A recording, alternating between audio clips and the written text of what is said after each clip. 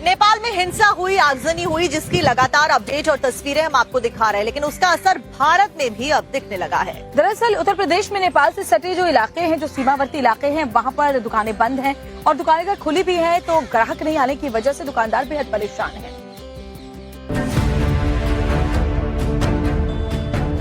तस्वीरें नेपाल सीमा से सटे यूपी के बहराइच की हैं। कभी ये बाजार गुलजार रहा करता था, दुकानों में भीड़ रहती थी, लेकिन अब यहाँ सन्नाटा पसरा है। दुकानें खुली तो हैं, लेकिन ग्राहक ना के बराबर हैं। दरअसल नेपाल में हुई आगजनी, हिंसा और उपद्रव का सीधा असर यहाँ के बाजार पर भी पड़ा है। दुकानों में सन्नाटा पसरा है।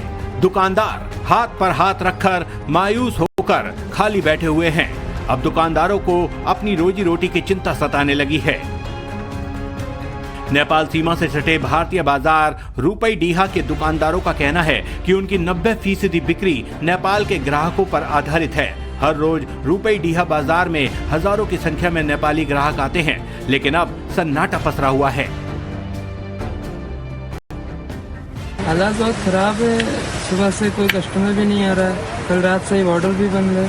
भारतीय बाजारों में रुपईडीहा की ऐसी मार्केट है जो नेपाल पे डिपेंड है। यहाँ पे दुकानों पे बोनी नहीं हुई है और आधे से ज़्यादा दुकानें खुली भी नहीं है, और जो खुली है उनकी दुकानों पे बोनी नहीं हुई है। यहाँ पे व्यापार ना के बराबर हो गया है, क्योंकि यहाँ पे डिपेंड है नेपाल के ऊपर बिजनेस जितना भी है टोटल यहाँ पे, और बंद होने की वजह से बाहर व्यापार एकदम जीरो हो गया है यहाँ पर।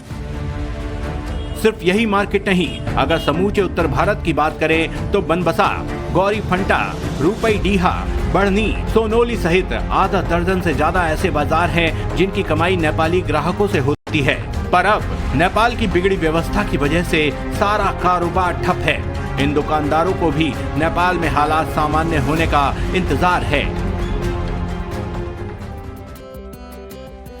नेपाल में हिंसा हुई, आगजनी हुई, जिसकी लगातार अपडेट और तस्वीरें हम आपको दिखा रहे हैं, लेकिन उसका असर भारत में भी अब दिखने लगा है। दरअसल उत्तर प्रदेश में नेपाल से सटे जो इलाके हैं, जो सीमावर्ती इलाके हैं, वहां पर दुकानें बंद हैं और दुकानें अगर खुली भी हैं तो ग्राहक नहीं आने की वजह से दुकानदार बेहद परेशान हैं।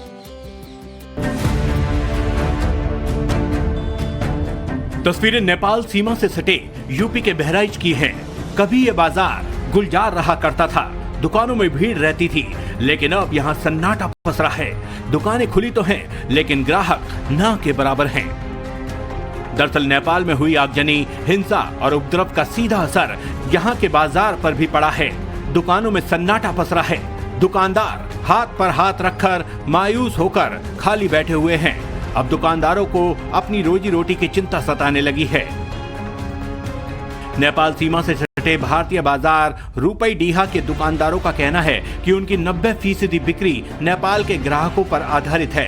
हर रोज रुपईडीहा बाजार में हजारों की संख्या में नेपाली ग्राहक आते हैं, लेकिन अब सन्नाटा पसरा हुआ है।